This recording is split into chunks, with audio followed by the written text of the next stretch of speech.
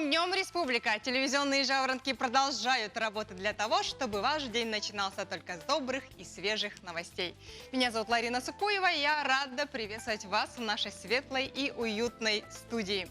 На календаре сегодня 18 сентября, пятница, и сегодня отмечается Международный день электронной книги и Международный день мониторинга воды.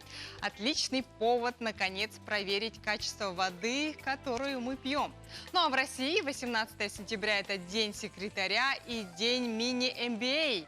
А мы знаем, что MBA – это программа подготовки менеджеров среднего и высшего управленческого звена для эффективной работы в бизнесе, государственном и муниципальном управлении.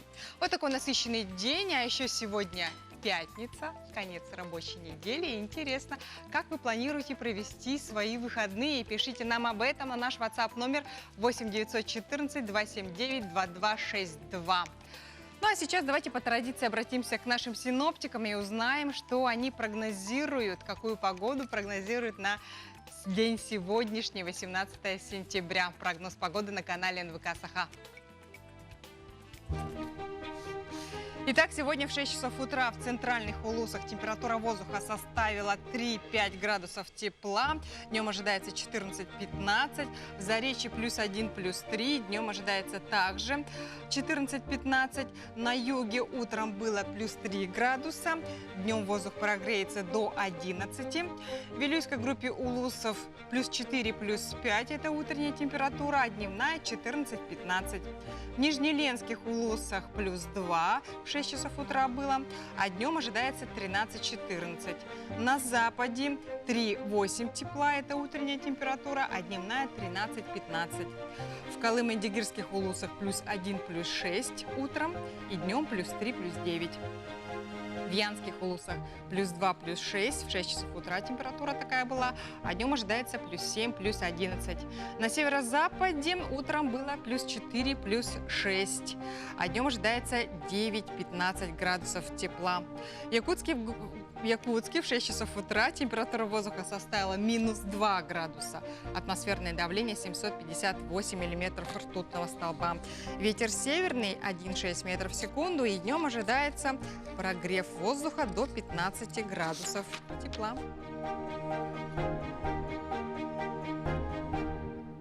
Спешите подключиться к системе лояльности «Свои», чтобы получать кэшбэк до 40 тысяч рублей ежемесячно, оплачивая покупки Алмаз-Эрген-банка в сети партнеров. Более подробную информацию вы можете найти на сайте свои.albank.ru. Ну а между тем напоминаю, что сегодня 18 сентября, пятница, и отмечается сегодня довольно-таки много интересных и забавных дат. Например, День первой любви, День уважения, а еще День чизбургеров и День козинаков и риса. А раз уж мы затронули тему интересности, не могу не рассказать, что недавно 84-летняя Анна Дичковская, жительница наслега Кировский горного улуса, собирая ягоды, встретилась с медведем. Она спокойно собирала бруснику, когда увидела медведя. Женщина не растерялась, вытащила из кармана клочок газеты и спички, потом медленно подожгла бумагу, и благодаря огню она спаслась. Позже она рассказывала своим родным, что всегда берет с собой в лес 3 газеты и спички как меры предосторожности. А еще Анна Дичковская посетовала, что собрала только 5 ведер брусники из-за медведя, который ей помешал. А тем временем в Китае построили кошмар всех акрофобов – самый длинный в мире стеклянный мост. В длину он достигает 500 метров и выдерживает до 500 человек, а установили гиганта на высоте 200 метров. Действительно очень страшно, у меня аж руки вспотели, смотря вот на это видео. Еще забавным нам показалось, что мумия Рамзеса II, одного из самых могущественных фараонов Древнего Египта, для перелета во Францию должна была иметь проездные документы, включая действующий паспорт. Ведь согласно французскому законодательству, любой, кто въезжает в страну, жив или мертв, должен иметь документ. Поэтому египетское правительство выдало паспорт фараону Рамзесу II, назвав его фараон умерший. Ну, случилось это давно, но мы решили напомнить вам об этом любопытном факте. Вот такие интересные новости на сегодняшний день. Между тем в Якутии началось обучение лиц, пострадавших от последствий коронавирусной инфекции. Более подробно об этом нам расскажет Алла Конешникова, преподаватель Якутского промышленного техникума. Доброе утро, Алла Юрьевна. Доброе утро. Расскажите, пожалуйста, на что нацелена, направлена эта программа?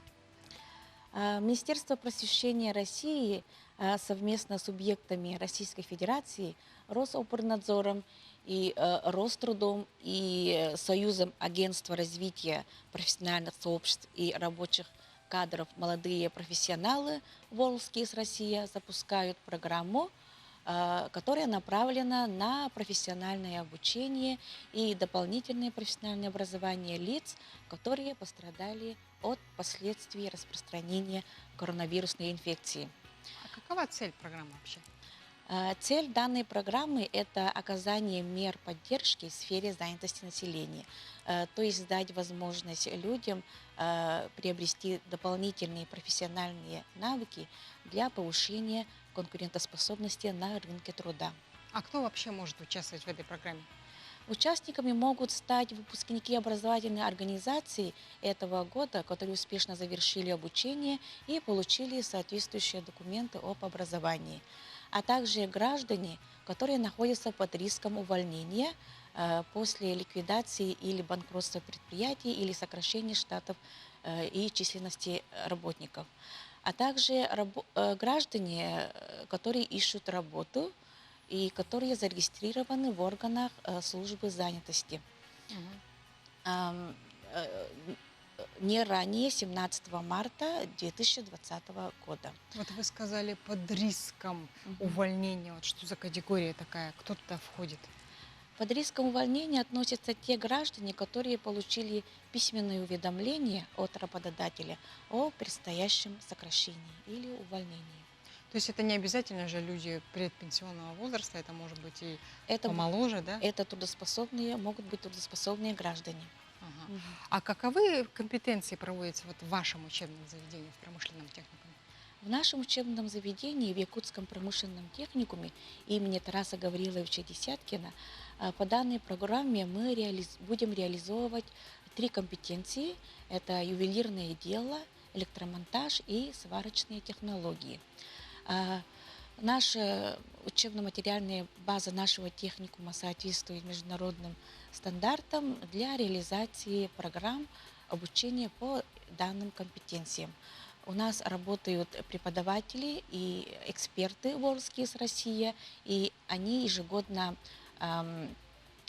готовят и выпускают призеров национального чемпионата «Молодые профессионалы» по таким компетенциям, как ювелирное дело, прототипирование, сварочные технологии и огранка ювелирных вставок.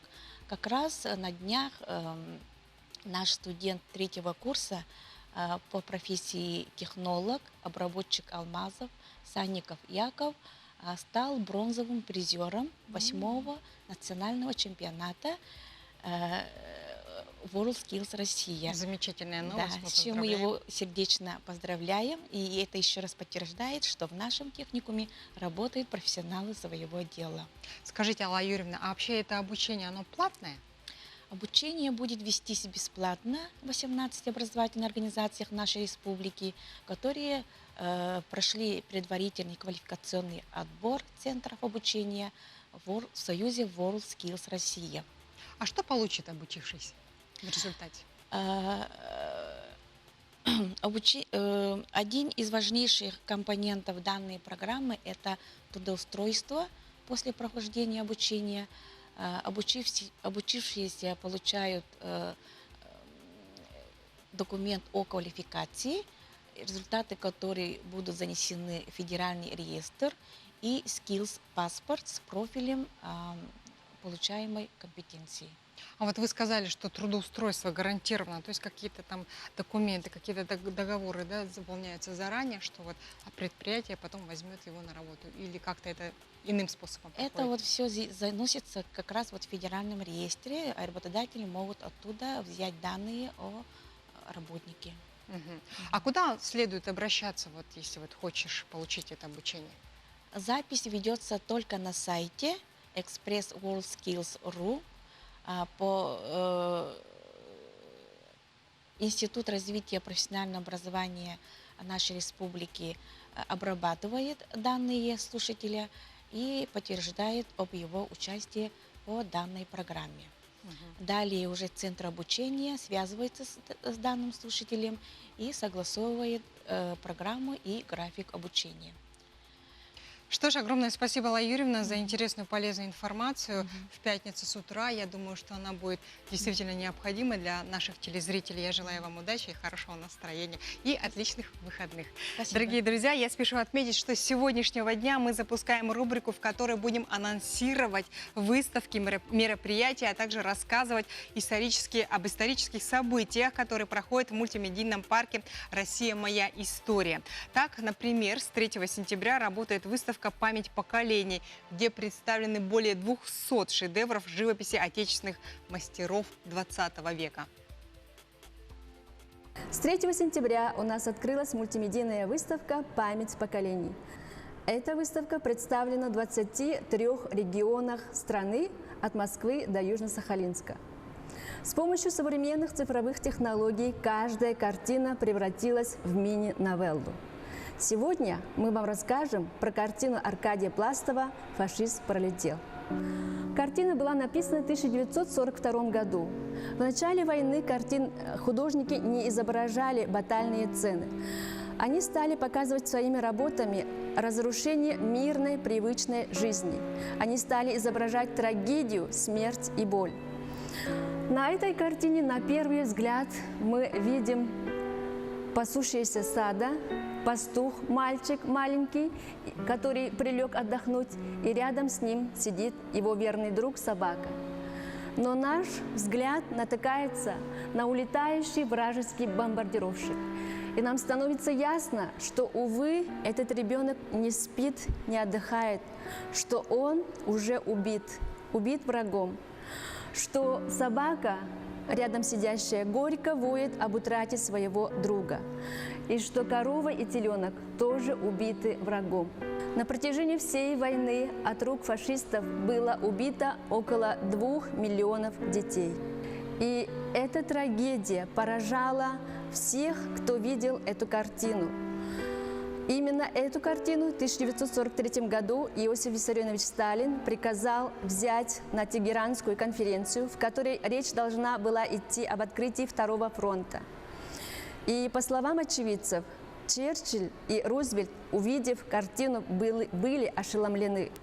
И эта картина послужила свою роль в открытии Второго фронта. В этом мы видим силу искусства. ЛФК «Лечебная физкультура» – это особый комплекс занятий, который помогает устранить последствия физических и психических травм. Основой таких занятий становится природная потребность каждого человека в двигательной активности. И я думаю, что со мной согласится сейчас врач лечебной физкультуры Петр Попов. Петр Николаевич, доброе утро. Доброе утро. Если говорить о детях, да, что дает и позволяет им лечебная физкультура? Ну, в этом плане лечебная физкультура у нас может подразделиться на два таких основных компонента. Это реабилитация и абилитация. То есть реабилитация подразумевает под собой это восстановление утерянных навыков. Утерянные навыки вследствие травмы, длительной болезни, чего-то такого. Ну, то есть, если человек, например, раньше ходил, после перелома ходить не может, ну, вот, реабилитация – это вот именно обучение утерянным навыкам. Второй компонент абилитация – это обучение навыкам, которым человек никогда не владел. То есть, если, например, ребенок у нас никогда не ползал, а потом научился ползать, это будет вот абилитация. Также лечебная физкультура, она поддерживает и меняет взаимосвязь между мышцами и вообще организмом, она такая очень сильная. То есть благодаря тому, что кровоток мы увеличиваем в связи с мышечной работой, то таким образом мы улучшаем питание костей, нервов, связок и всех прочих органов нашего организма. Ну, то есть лечебная физкультура, она, в принципе, вот, работает за счет улучшения питания и связочного аппарата, и подвижности, ну и всего прочего. Петр Николаевич, скажите, а при каких заболеваниях благоприятна ЛФК и есть ли противопоказания? В принципе, можно сказать, что ЛФК показано практически всем, за исключением таких заболеваний, как эпилепсия. Ну, то есть, как сказать, то есть мы не берем с эпилепсии свежей, которая была, скажем, менее чем месяц назад, потому что, ну, никто не хочет спровоцировать новый приступ. Но, в принципе, родители, зная своего ребенка, они могут подобрать какую-то вот, ну, минимально безопасную активность физическую для ребенка. Вот. Также противопоказанием будет у нас любые воспалительные процессы, заболевания, такие как там, простудные, фурункулезы и все такое. Также выраженный болевой синдром. Через небольшую боль работать можно и нужно, там, при разработке контрактур и прочего, но когда болевой синдром прям выражен, если мы причиняем какие-то страдания ребенку, то, конечно, мы этим не занимаемся. Скажите, а какие да. программы существуют в лечебной физкультуре? Программы в нашем центре в основном две. То есть мы разрабатываем индивидуальные программы, это в зависимости от тяжести поражения ребенка. И общие, то есть это для тех детей, у которых общеукрепляющие упражнения, это те, у которых нет таких серьезных поражений в опорно-двигательном аппарате, просто обучение, ну, двигательной активности, так скажем. Сейчас я знаю, что вы проводите дистанционную бесплатную реабилитацию для ребят до 18 лет. Скажите, что включает она в себя? Да, мы действительно проводим такую реабилитацию сейчас, и на данный момент мы принимаем детей с инвалидностью и без нее. Ну, то есть все желающие могут, в общем-то, обратиться. Но у нас, значит, там есть в медицинской части мы проводим консультативную помощь в виде лекций или там индивидуальных консультаций со стороны педиатра, ортопеда, невролога, психотерапевта. Вот. Также занятия обучающие проводят лечебной физкультуры. Мы проводим комплекс из 4 упражнений, 4 занятий. Ну, это основные такие патологии. То есть мы проводим по суставной гимнастике, по сколиозам, по укреплению мышц спины, по укреплению стоп и на развитие координации и равновесия. Такие 4 базовых, скажем так, занятия. Также у нас и работает окулист, физиотерапевт. Физиотерапевт на данный момент они организуют тоже консультативную помощь по массажу, то есть обучение родителей детей с ограниченными возможностями здоровья массажу и там физиотерапии минимально, которую можно делать. Сейчас вот вы рассказали, Петр Николаевич, сейчас вы рассказали о дистанционных программах, да, программах реабилитации, а вот в реальности ребята могут к вам приехать и обратиться за помощью? Возможно, с 28 сентября мы откроемся, именно медицинской реабилитации. Но пока ограничено. Скорее всего, это будут дети-опорники тяжелые, то есть где-то порядка 30 человек, может быть, мы и примем. Но пока это не очень точно известно.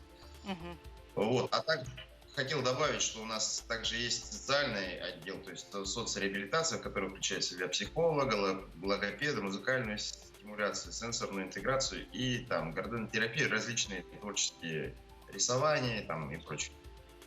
Что ж, огромное спасибо, Петр Николаевич, за полезную информацию. Я желаю вам хорошего дня, отличного настроения и прекрасных выходных. А я напоминаю, что с нами на связи был Петр Николаевич Попов, врач лечебной физкультуры Республиканского реабилитационного центра. Друзья, мы работаем для вас только в прямом эфире. Наш WhatsApp номер прежний 8 914 279 2262. Смело отправляйте на этот номер свои сообщения, мы обязательно их прочитаем. Так, абонент с последними цифрами 5852 пишет: доброе утро всем, республика. Сегодня 18 сентября. У нас отмечает день рождения наша дочка, внучка, племянница Титова Даяна. Ей исполнилось 6 лет. Поздравляем от всего сердца. Желаем всего хорошего. Расти умной и красивой. И подпись: Галина Петровна, Иннокентий Егорович, Титовой из Тюнгулю. Мы присоединяемся к этим замечательным поздравлениям Даяна с днем рождения. Ну а сейчас я предлагаю отправиться вместе с нами в город Алекминск, который, как вы помните, недавно отметил двойной юбилей, 385-летие города Алекминск и 90-летие района. Но нынче алекминчане будут отмечать, будут говорить о вечной мерзлоте. Давайте их послушаем. В Алекминском районе началось изучение вечной мерзлоты и влияния на нее глобального потепления. Проблема очень актуальна, особенно для тех районов, где прошли мегапроекты ВСТО и Силы Сибири. Так, между администрацией Алекминского района, Институтом мерзлотоведения и Центром творческого развития и гуманитарного образования школьников заключено соглашение о развитии исследовательской работы с детьми и начале экологического мониторинга температурного режима мерзлотных грунтов. Зачем это надо школьникам, с одной стороны, да? Мы сами все живем в тех условиях, когда идет изменение климата.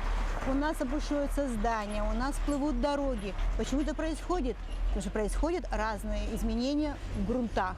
Мы все сами живем с вами где? На севере, где характерны многолетние мерзлотные грунты. И поэтому с этого года ребята, эти отряды исследовательские, будут вести мониторинг. В рамках соглашения Институт мерзлотоведения предоставил первое оборудование для изучения мерзлоты. Юные исследователи уже получили первое техническое задание в рамках соглашения от администрации района и города изучить залегание мерзлоты при строительстве многоквартирных домов и влияние застройки на мерзлоту. Мы произвели с будущими исследователями такие первые наблюдения. Это наблюдение за температурой грунтов. Это один из таких основных методов изучения многолетних мерзлых грунтов, и оно связано с исследованием температур этих грунтов. И также вот эти дети, они должны вести мониторинг температур в определенных скважинах и площадках. И это дает возможность наблюдать за изменениями, которые происходят внутри этих мерзлых толщ. В ходе проведения мониторинга ребята будут помогать Институту мерзлотоведения, а заодно изучать влияние глобального потепления на мерзлоту. И, может быть, именно они в будущем сделают великие открытия по изучению температурного режима в царстве вечной мерзлоты. Максим Копылов, Алекминск. Осторожно, мошенники! Мы вам не раз говорили, что телефонные аферисты продолжают атаковать якутян.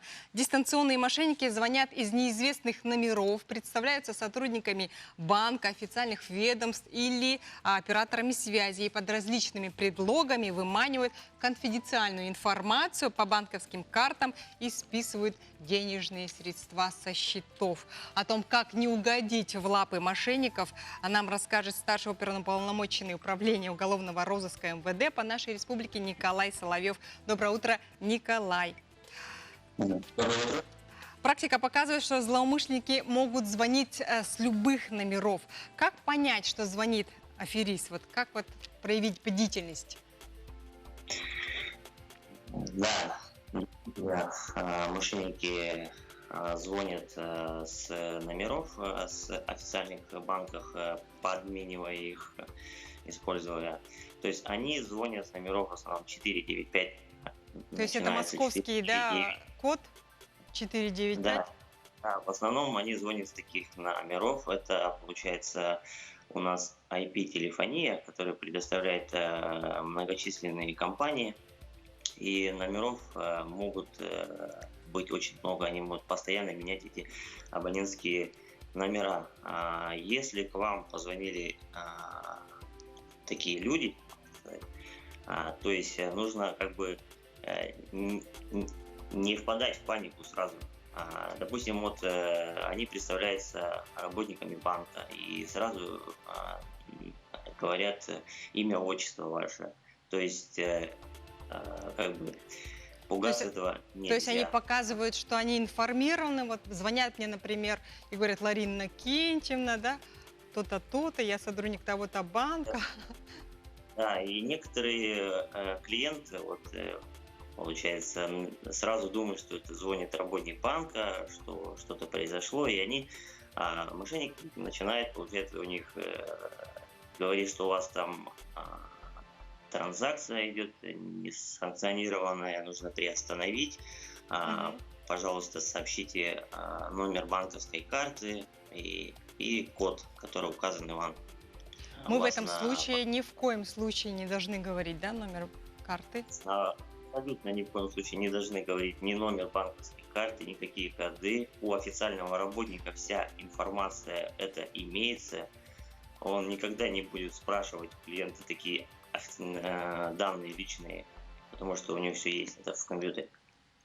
Вот. И получается, когда они, если вдруг все-таки они попытаются у вас какую-то информацию выудить, ну, допустим, продиктовали вы все-таки номер карточки, там, еще, и они просят продиктовать код, пришедший с СМС. То есть об этом тоже не стоит говорить даже сотрудникам банка? Даже. Там СМС-сообщение, когда приходит, там написано, что не сообщайте никому этот код, даже сотруднику банка. Зачастую люди не читают эти фразы, они сразу видят цифры. Они выделяются цифры в СМС-сообщение и диктуют. Как правило, злоумышленники все время на телефоне с жертвой. То есть не дают ей одуматься, и тем самым они получают, пользуются. Николай, скажите, а есть ли какой-нибудь у вас список секретный, да, вот список вот именно вот этих вот подпольных колл-центров, откуда могут звонить аферисты? Или такого списка нет, не существует? Такого списка, как правило, не существует. Злоумышленники постоянно меняют абонентские номера, они не звонят, как правило, с одних и тех же. Все время меняют, чтобы... Потому что как бы некоторые, может, там, блокируют эти номера, в черный список их вносят, а знакомиться как бы... Но насторожить должны уже первые цифры, вот как вы вначале сказали, 495, это код из Москвы, то есть чаще всего оттуда звонят, да, аферисты. Что ж, Николай, огромное вам спасибо за полезную информацию. Я думаю, что теперь наши телезрители понимают, что ни в коем случае не нужно говорить даже сотрудникам банка свои персональные данные о карточке, о кодах и так далее. Сейчас мы уходим на короткую рекламную паузу, а через мгновение в этой студии появятся мои коллеги Роман и Нергуянов. Встречайте их.